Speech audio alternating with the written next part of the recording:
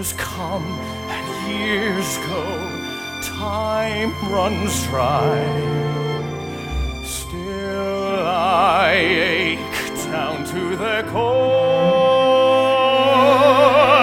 My broken soul can't be alive and whole till I hear you sing once more.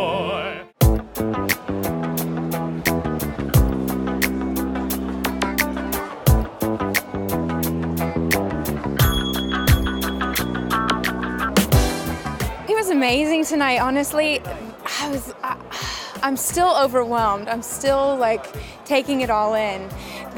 People are asking, are you relieved that it's over? No, I feel like still so on fire, and the electricity that I felt tonight from the audience was unbelievable. Thank God I didn't know about this beforehand, because I wasn't that nervous tonight. I kind of enjoyed the show. But if I'd known this was all here, I might have been. It's thrilling. It's absolutely thrilling. Very exciting.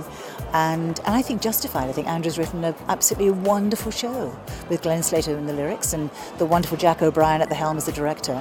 I mean, who could ask for anything more, really?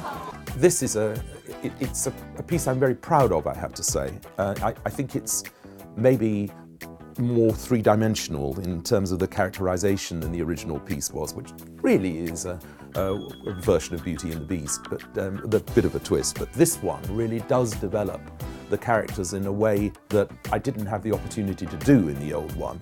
And therefore it was a very exciting thing for me to write musically. It's the same kind of central characters, but it's 10 years later.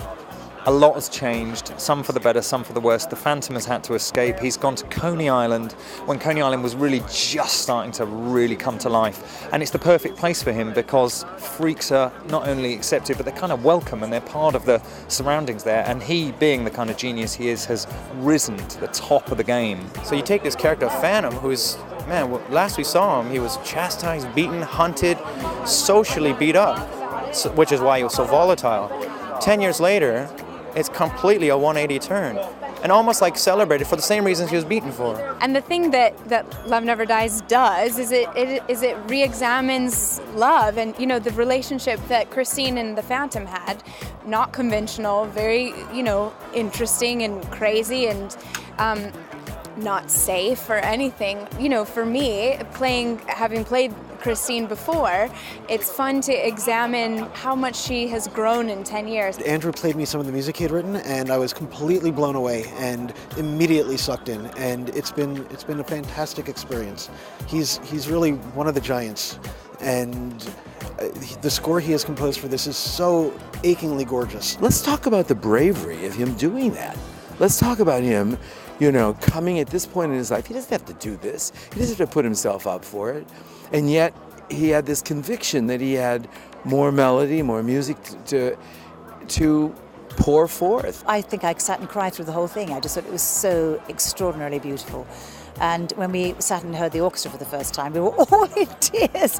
And we kept saying, it was fabulous. This is just wonderful. I think the score is so beautiful and so romantic. And I mean, there are 5 hit tunes in that show for easy. You have beautiful waltzes, you know, with the Coney waltz, and then electric guitars coming in, you know. So it's an eclectic mix, which is what Andrew does best. Singing Andrew songs in a Bob Crowley dress on a Bob Crowley set, you know, with direction by the most amazing director, Jack O'Brien. It is just like, there's nothing better. Sierra is a god, yes, Ramin is a god, and Summer is, I've never worked with anyone like Summer.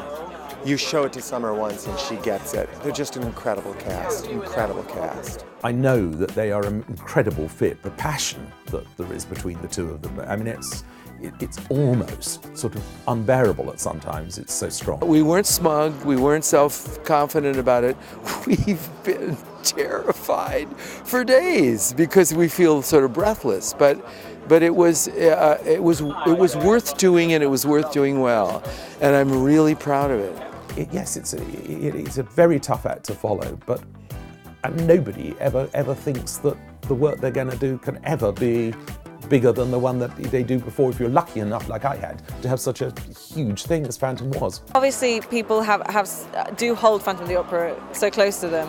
I think that if they come with an open mind, that's probably best, because it's very different from the first one. You know, we're set in Coney Island where there's electricity and, you know, rather than the romanticism of Paris, it's a completely different thing. The point is, we're not doing a remake. If we were doing a remake, yeah, we're totally setting ourselves up to be compared and we could take it on the chin. But this is not that at all.